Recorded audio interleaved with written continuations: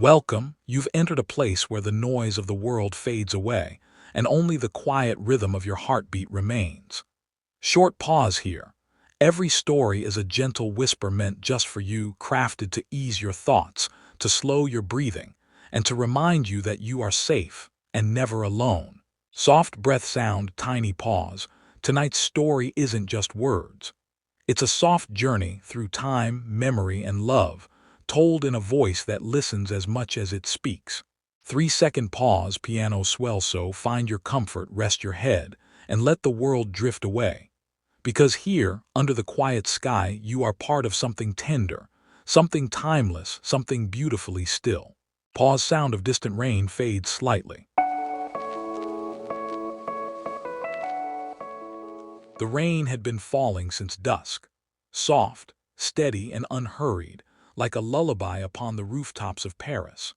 It was the kind of rain that turned the cobblestone streets into rivers of trembling gold, reflecting the dim light of gas lamps and the occasional passing carriage. In a narrow apartment near Rue de l'Abbaye, a man sat by his window, a writer, not famous, not forgotten, simply one of those quiet souls who lived between dreams and paper. His name was Julian Morrow. The ink on his desk had begun to dry, and beside him lay a half-written letter addressed to no one in particular. He often wrote that way, to memories, to ideas, to voices from the past that never truly left. He stared out through the fogged glass. The city shimmered beyond, muted, soft, mysterious. Somewhere below, a violin sang faintly from a distant alley, the sound mixing with rain. Julian smiled faintly. He loved nights like these. Nights that belonged to no one, quiet, open, endless. He rose, wrapped himself in his long brown coat and stepped out into the street.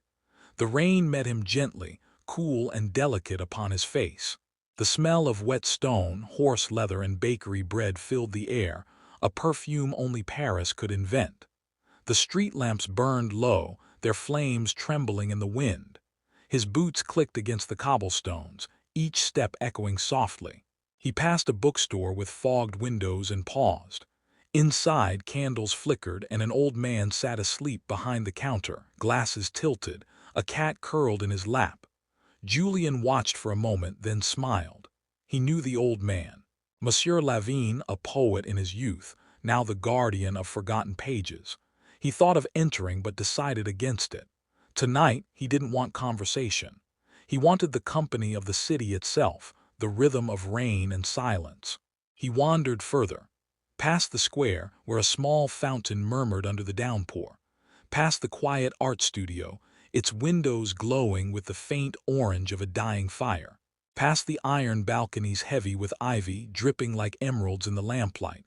Every corner whispered of a story, a painter, a dancer, a lover waiting by a window. Paris was made of them. Julian's thoughts drifted to her. Clara.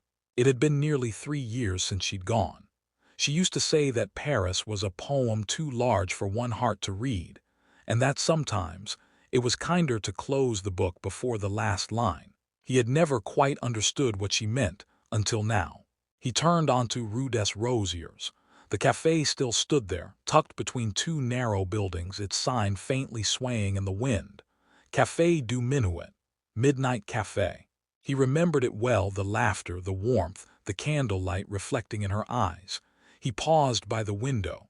Inside, a few late-night souls lingered.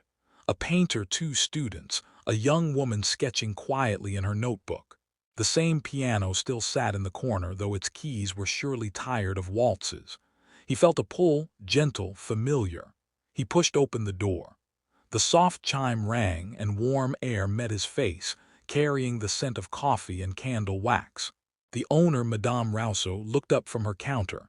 Her hair, once black, was now streaked with silver, but her eyes held the same mischief they always had. "Julian Morrow," she said softly. "It's been too long." He smiled. "You remember me still." She waved a hand. "How could I forget the man who always ordered tea in a café that serves only coffee?" Julian laughed. The sound felt strange, light, almost shy. She poured him a cup anyway, coffee this time, and nodded toward the corner table. "The one you liked is still yours," she said. He took a seat by the window, where the rain streaked the glass in silver ribbons. The candle flickered, steady and soft. He took his notebook from his coat pocket and opened it. The first page was blank. He began to write. Paris in the rain is a dream that forgets to wake, and I a dreamer who forgets to sleep. He paused, staring at the words. Outside, the carriage wheels whispered past, the night alive but unhurried. He felt that old stillness, that deep, strange comfort of being alone but not lonely. The door opened again. A small gust of wind followed a woman inside, her coat damp, her hat tilted. She glanced around, then smiled at Madame Rousseau. Julian looked up. For a moment his breath caught. There was something about her, not her face, not her voice, but her presence. Something hauntingly familiar, like a forgotten melody remembered in a dream. She took a seat near the piano, ordered a cup, and began sketching in her notebook, the same way Clara once did. Julian tried not to stare, but his eyes wandered back again and again. There was grace in her stillness. The rain softened outside. The world grew quieter. Julian turned another page in his notebook, but the ink refused to flow. His thoughts were elsewhere, somewhere between memory and the present. The cafe was a world of its own. Outside, Paris continued to hum beneath the rain, but within those candle-lit walls, time seemed to slow. Every sound softened, every movement painted in gold and shadow. Julian sat quietly, his hand resting beside his cup. Steam rose from the coffee like a ghostly wisp, fading into the dim light above. The piano stood untouched, yet its silence felt alive, as if the memory of music still lingered in its wooden frame. The woman by the piano adjusted her hat and began to draw. Her hand moved with gentle precision, slow lines, soft shading. Her sketchbook caught the candlelight, and for an instant Julian saw the faint outline of a street lamp, a window, and perhaps a man standing beneath the rain. He smiled inwardly. Artists always saw what others missed. Madame Rousseau brought another log to the small fireplace, and the flame crackled softly. The warmth brushed against Julian's face, stirring a quiet comfort in his chest. He turned back to his notebook, but the words refused to come. His thoughts drifted once again toward the woman, to the soft rhythm of her pencil, to the calm grace of her presence. At last she looked up. Their eyes met. It was not the kind of meeting that startled or demanded. It was quiet, almost natural, like two travelers crossing paths on an old bridge, pausing for a moment before continuing their separate ways. Julian smiled politely. She returned the gesture faintly, but there was a curiosity behind it, gentle, unspoken. After a moment she stood and approached his table. "Pardon me," she said softly. Her voice carried that smooth, musical tone that only Parisians seem born with. "Are you Monsieur Moreau?" Julian blinked. "I am," he said, surprised. "Have we met?" "Not formally," she replied, "but I have read your essays in Le Matin, the ones about solitude and memory." He chuckled quietly. "You may be one of very few who did," she smiled. "Then I am honored to be among the few." He gestured toward the seat across from him. "Would you like to join me?" She hesitated, then nodded. "Merci." She sat gracefully, removing her gloves. Her fingers were pale, delicate, ink-stained, a sign of someone who also lived close to words. "I'm Elise," she said. "Elise Fournier. I illustrate for La Gazette Illustrée." "An artist," Julian said softly. "That explains the sketchbook." She laughed lightly. "It is both my tool and my companion. I draw to remember, even when the memories are not mine." Her words lingered, poetic and simple. He found comfort in them. They spoke quietly, not as strangers meeting for the first time, but as souls who had been circling each other through time, now suddenly finding the same table. Julian told her about his writing, not the published pieces, but the private ones, the letters he never sent. Elise listened, her gaze steady and kind. She told him about her travels across France, how she would stop in small towns and sketch what people left behind: a bench, a glove, a window half open to the wind. Outside, the rain continued, though lighter now, like a curtain lifting slowly from the city. The candle between them flickered, casting soft shadows across the table. Julian thought of Clara again, but this time the memory didn't sting. It floated gently, like the scent of a fading perfume. He realized that years had passed since he had spoken like this, without effort, without pretense. Just two quiet people sharing the night. After a pause, Elise looked out the window. "Do you ever walk through Paris at this hour?" "Every night I cannot sleep," he replied. "Then we have that in common," she said. "Would you walk with me?" Julian hesitated only a moment before nodding. "I would be honored." They rose, thanked Madame Rousseau, and stepped into the night. The rain had slowed to a fine mist, like breath upon glass. The street shimmered, gold and silver under the lamps. They walked without hurry, their footsteps echoing softly between the old stone walls. Paris was quiet, almost sacred in its silence. The air smelled of wet flowers and the faint sweetness of roasting chestnuts from a distant cart. "Do you ever feel," Elise said after a while, "that this city remembers us more than we remember ourselves?" Julian looked at her. "I used to think it was the opposite, that we fill the city with our own memories and when we leave they fade like smoke." She smiled faintly. "And now," he thought for a moment, "now I think the truth lies somewhere between. Perhaps the city, and we remember each other just enough to never feel completely alone." They crossed a bridge over the Seine. The river was black velvet beneath the lamps, carrying the reflection of the moon like a secret. Elise leaned against the railing, looking down. "I used to come here when I was a child," she said, "with my mother. She would tell me stories about the bridges, that they were like hearts, always connecting one soul to another." Julian watched her profile against the pale glow of the water. "That is something a poet might say," he murmured. "She was one," Elise replied quietly, though she never called herself that. The silence that followed was not empty. It was soft, tender, filled with the hum of rain and the beating of distant bells.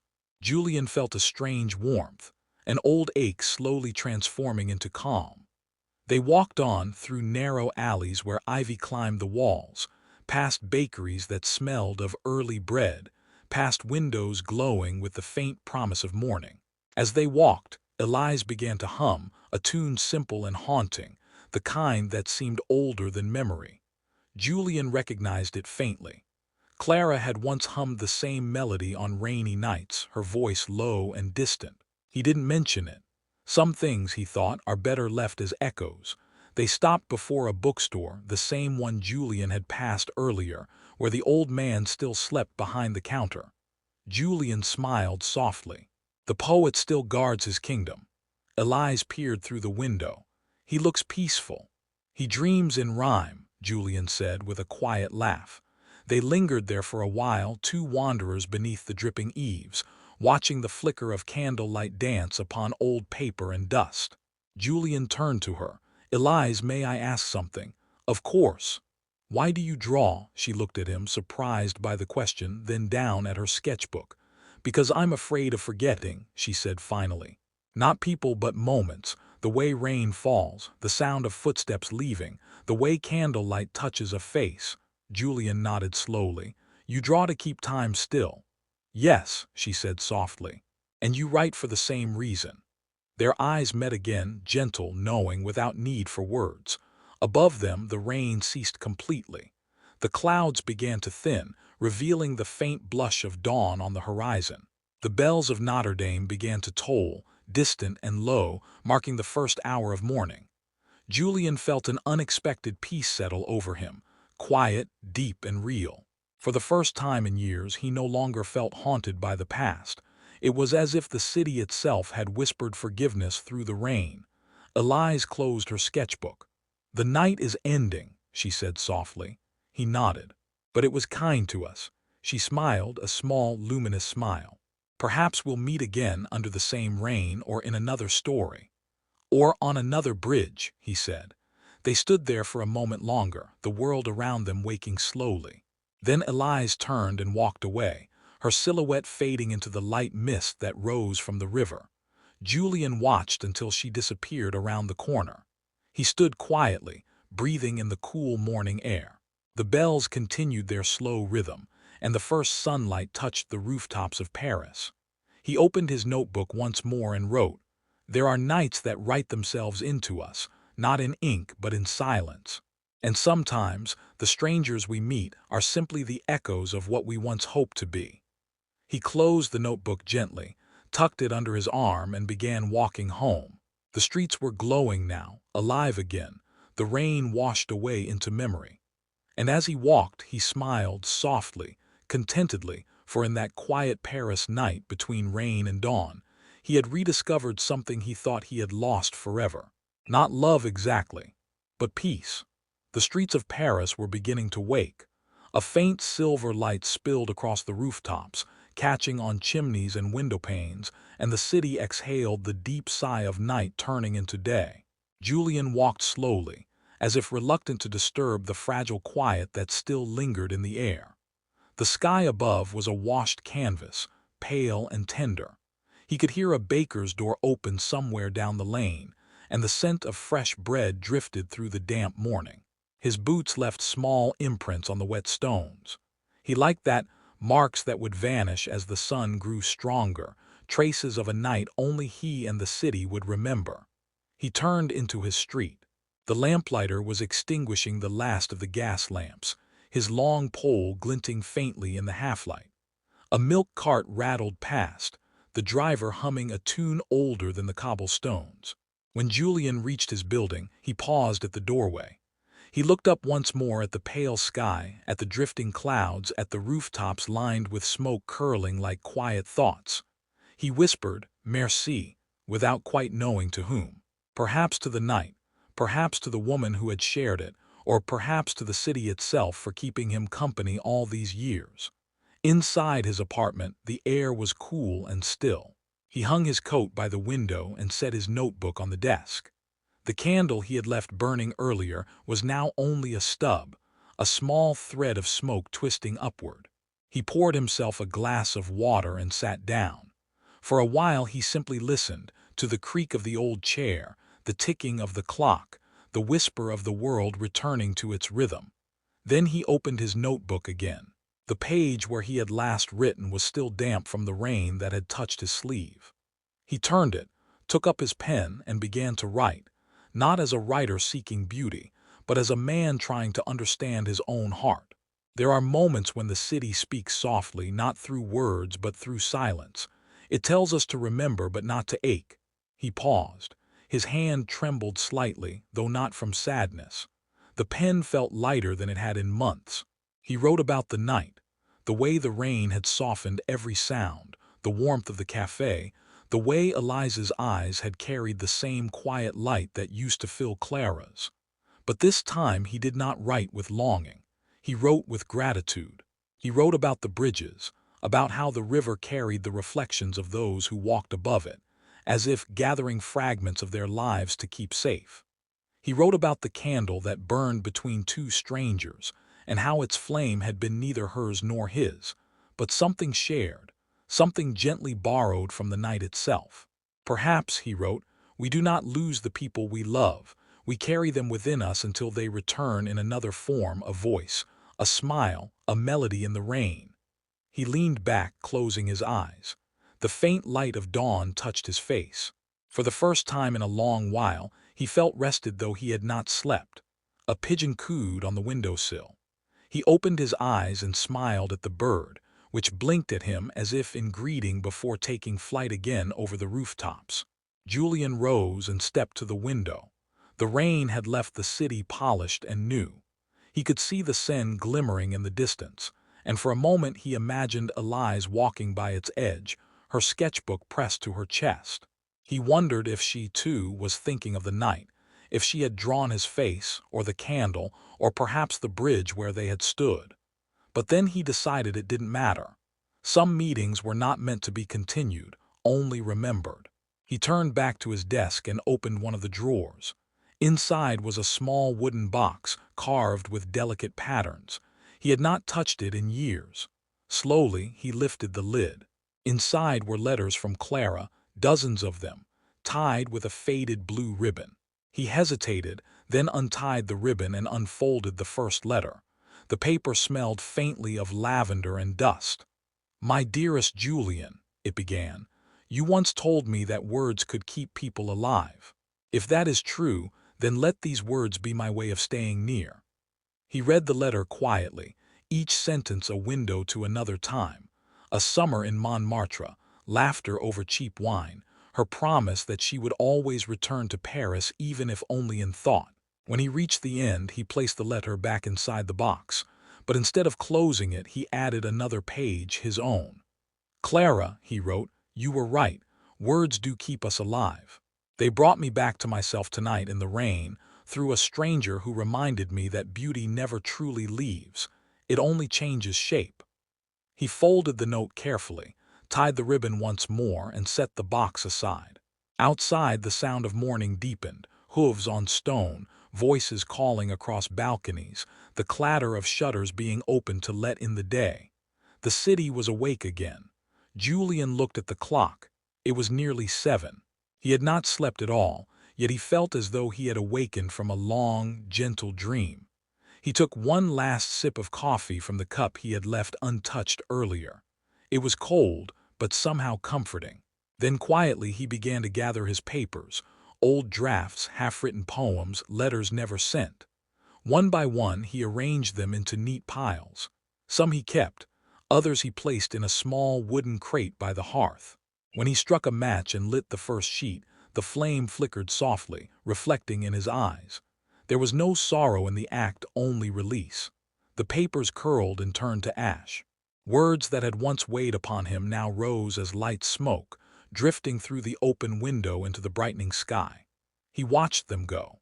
He thought of the years he had spent chasing meaning, chasing love, chasing peace, and realized that all along he had been surrounded by them. They had been waiting quietly like books on a shelf until he was ready to open them. He smiled. For a moment the world was still. Then he heard the bells again, soft, distant, marking another hour. Julian took up his coat once more. He stepped into the hallway, descended the narrow staircase, and emerged into the street. The city glowed beneath the newborn sun. Children ran with baskets of bread. A woman watered the flowers on her balcony. A newspaper boy shouted headlines. No one yet cared to read. Julian walked without direction, letting the city lead him. He passed the cafe, its windows now open to the morning, Madame Rousseau sweeping the threshold. She looked up and waved. "Good morning, Monsieur Morrow," she called. "Good morning," he replied, smiling. "And thank you for last night." She nodded, understanding without needing to ask. He continued down the street until he reached the river again. The bridge was bright now, the water glimmering like silver silk. He leaned on the railing, feeling the warmth of the sun seep through his coat. A gentle breeze lifted his hair, carrying with it the scent of flowers from a nearby market. He breathed deeply. He thought of Clara, of Elise, of all the faces and voices that had crossed his path and left their quiet marks. He realized that love was not a single story, but a collection of moments, some held, some lost, all beautiful. He took out his notebook one final time and wrote, "Morning in Paris. The world begins again, and I at last begin with it." He closed the book, slipped it into his pocket, and turned toward the light. The sun rose slowly above Paris. Its light spilled across the city like a whispered blessing, soft, golden, and full of promise. Julian walked along the quiet banks of the Seine, where the morning fog still lingered, curling like breath over the water. The bridges looked like sleeping giants, resting beneath the sky's pale glow. He had walked these same paths countless times before, but today every sound felt new, the clatter of hooves, the distant laughter of children, the echo of footsteps on damp stone. Even the pigeons fluttering above the rooftops seemed to move with purpose, as though the whole city were gently stirring from a shared dream. Julian stopped near the Pont Neuf and leaned against the railing. The Seine shimmered like melted glass beneath him. He watched a single boat glide silently along the current, its sails catching the first light of day. He thought about how many lives the river had seen, how many stories had been whispered to it, how many tears and songs it had carried to the sea. It reminded him that life, too, was a river, ever flowing, ever renewing. He closed his eyes and listened. The city was alive in the gentlest way possible. Bells chimed in the distance, the rhythm of life returning. A dog barked from a nearby street, and a baker laughed as he carried loaves of fresh bread to his window. Julian smiled. He took out his notebook again, though he had thought the night's writing was finished. He wanted to add just a few more words, something small, something true.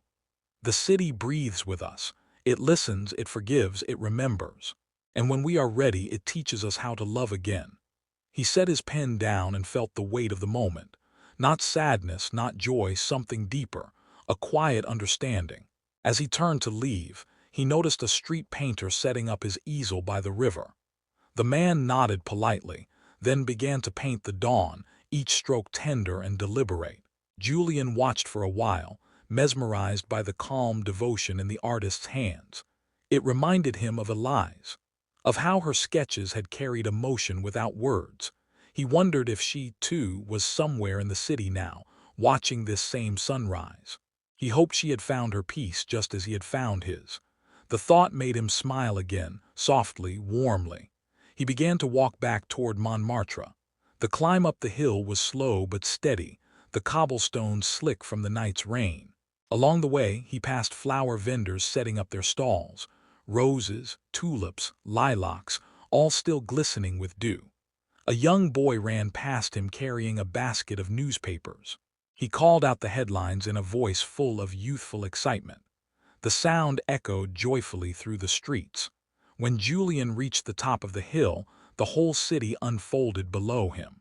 The rooftops gleamed in the sunlight, and the Seine wound through the heart of Paris like a silver ribbon.